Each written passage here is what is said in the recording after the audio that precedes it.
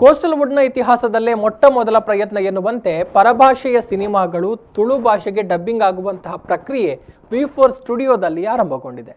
ಈ ಭಾಗವಾಗಿ ವಿ4 ಸ್ಟ್ರೀಮ್ನಲ್ಲಿ ಮೊದಲ ತುಳು ಡಬ್ಬಿಂಗ್ ಮೂವಿಯಾಗಿ ಪಂಚತಂತ್ರ ಎನ್ನುವಂತಹ ಸಿನಿಮಾ ಮೂಡಿ ಬರೋದಕ್ಕೆ ಸಿದ್ಧವಾಗ್ತಾ ಇದೆ. ಹಾಗಿದ್ರೆ ಪಂಚತಂತ್ರ ತುಳು ಸಿನಿಮಾ ವಿ4 ಸ್ಟ್ರೀಮ್ನಲ್ಲಿ ಸ್ಟ್ರೀಮಿಂಗ್ ಆಗೋದು ಯಾವಾಗ?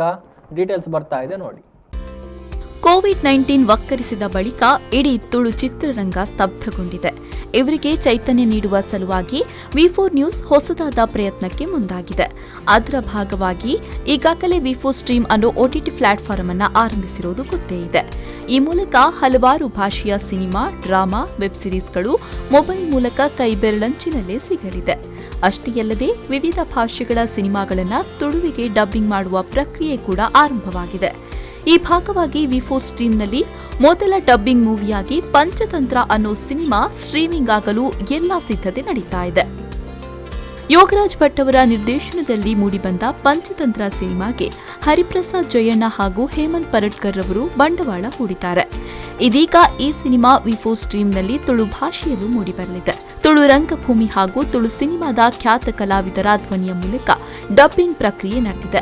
ಅದರಲ್ಲೂ ವಿಶೇಷವಾಗಿ ಖ್ಯಾತ ಕಲಾವಿದರಾದ ರಂಗಾಯಣ ರಘು ಅವರಿಗೆ ತುಳು ರಂಗಭೂಮಿಯಲ್ಲಿ ವಿಶಿಷ್ಟ ಶೈಲಿಯ ನಟನೆಯಿಂದ ಖ್ಯಾತರಾದ ಅರುಣ್ ಚಂದ್ರ ಬೀಸ್ರೋಡ್ ರವರು ಧ್ವನಿ ನೀಡಿ ಆ ಪಾತ್ರಕ್ಕೆ ಜೀವ ತುಂಬಿದ್ದಾರೆ.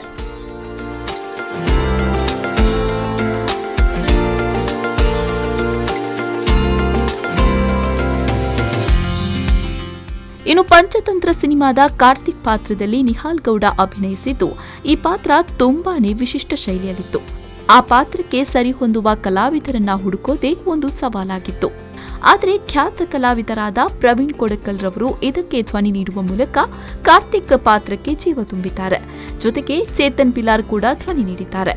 ಇನ್ನು ಸಿನಿಮಾ ನಟಿ ಸೋನಲ್ ಮೊಂತೇರೊ ಅವರ ಸಹಜ ನಟನೆ ಚಿತ್ರದಲ್ಲಿ ಗಮನ ಸೆಳೆಯುತ್ತೆ.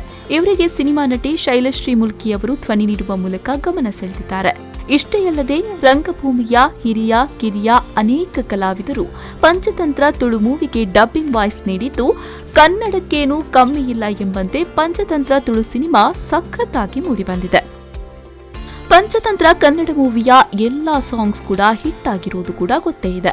ವಿ ಹರಿಕೃಷ್ಣ ಅವರ ಸಂಗೀತ ಸಂಯೋಜನೆಯೊಂದಿಗೆ ಖ್ಯಾತ ಗಾಯಕರಾದ ವಿಜಯ್ ಪ್ರಕಾಶ್ ಸೇರಿದಂತೆ ಹಲವಾರು ಖ್ಯಾತ ಸಂಗೀತಗಾರರ ಕಂಠಸಿರಿಯ ಮೂಲಕ ಹಾಡುಗಳು ಮೂಡಿಬಂದಿತ್ತು.